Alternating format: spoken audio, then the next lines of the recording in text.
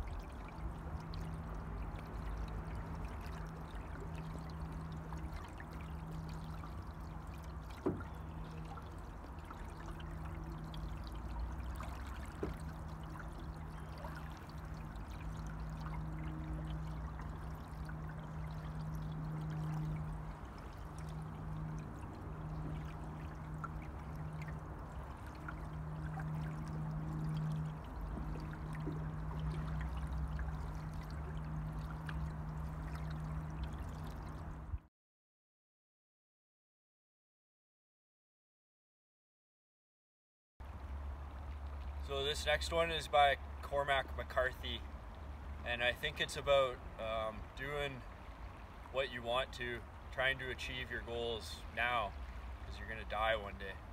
So it goes like this. In the end, we all come to be cured of our sentiments.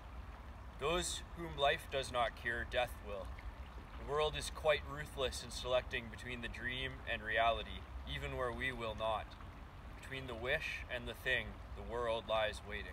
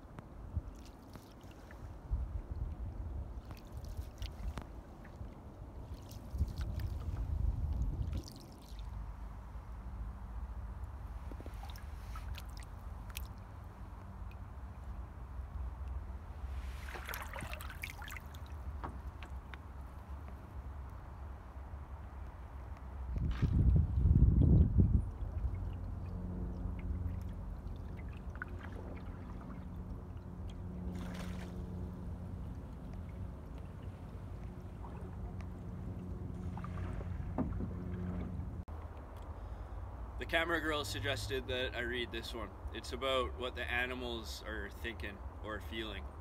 It was written by Edward Abbey, I think, in his book Desert Solitude.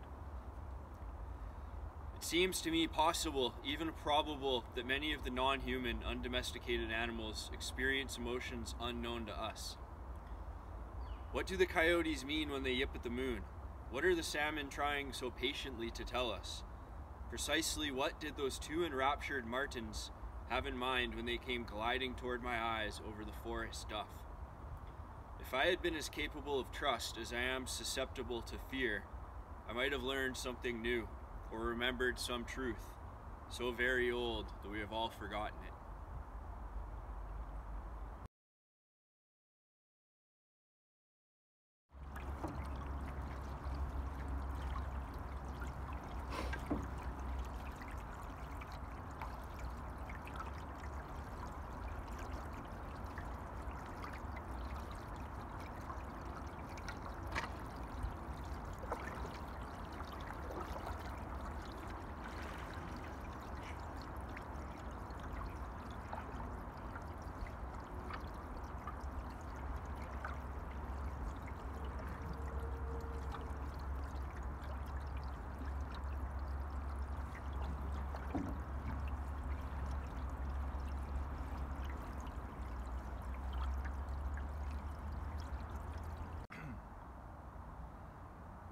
As we paddle down the Coquitlam River past the old Riverview, the old Essendale Mental Hospital, I thought I'd read a poem by Charles Bukowski about not quitting. Your life is your life. Don't let it be clubbed into dank submission. Be on the watch. There are ways out. There is light somewhere. It may not be much light, but it beats the darkness. Be on the watch. The gods will offer you chances. Know them. Take them. You can't beat death, but you can beat death in life sometimes. And the more often you learn to do it, the more light there will be. Your life is your life. Know it while you have it. You are marvelous. The gods wait to delight in you.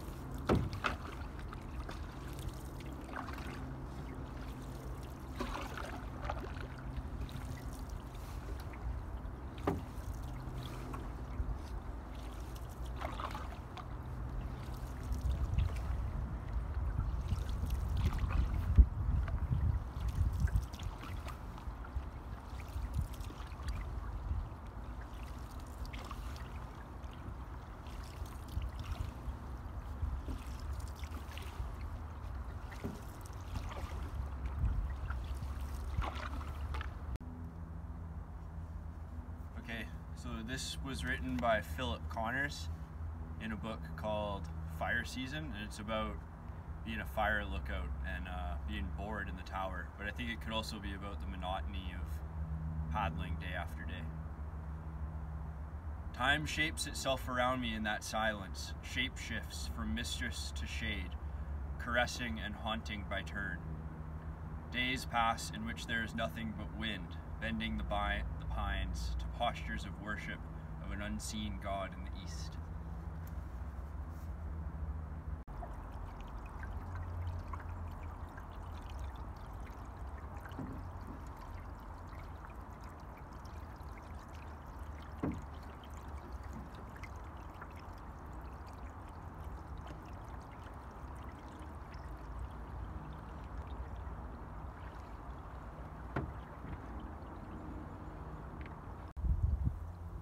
Another passage by Philip Connors, the forest fire lookout, who spent all day in the tower just staring at the mountains.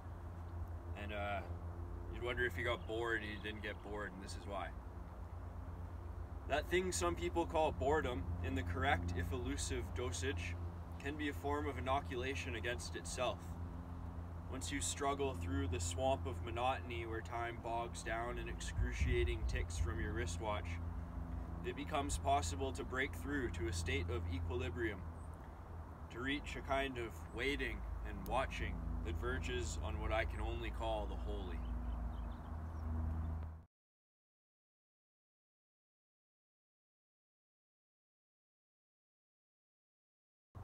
This is by Hemingway, Ernest Hemingway, and it's about being quiet. The coward dies 1,000 deaths, the brave but one. The man who said that was probably a coward. He knew a great deal about cowards, but nothing about the brave. Brave die perhaps 2,000 deaths if they're smart. They simply don't mention them.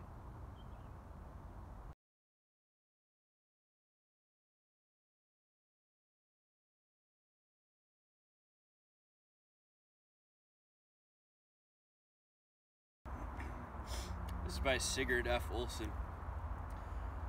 Some paintings become famous because, being durable, they are viewed by successive generations, in each of which are likely to be found a few appreciative eyes. I know a painting so evanescent that it is seldom viewed at all, except by some wandering deer. It is a river that wields the brush, and it is the same river who, before I can bring my friends to view his work, erases it forever from human view. After that, it exists only in the mind's eye. Like other artists, my river is temperamental. There is no predicting when the mood to paint will come upon him or how long it will last. But in early autumn, when the salmon swim up the lake for day after flawless day, it is worth strolling down to the sandbars just to see if he has been at work.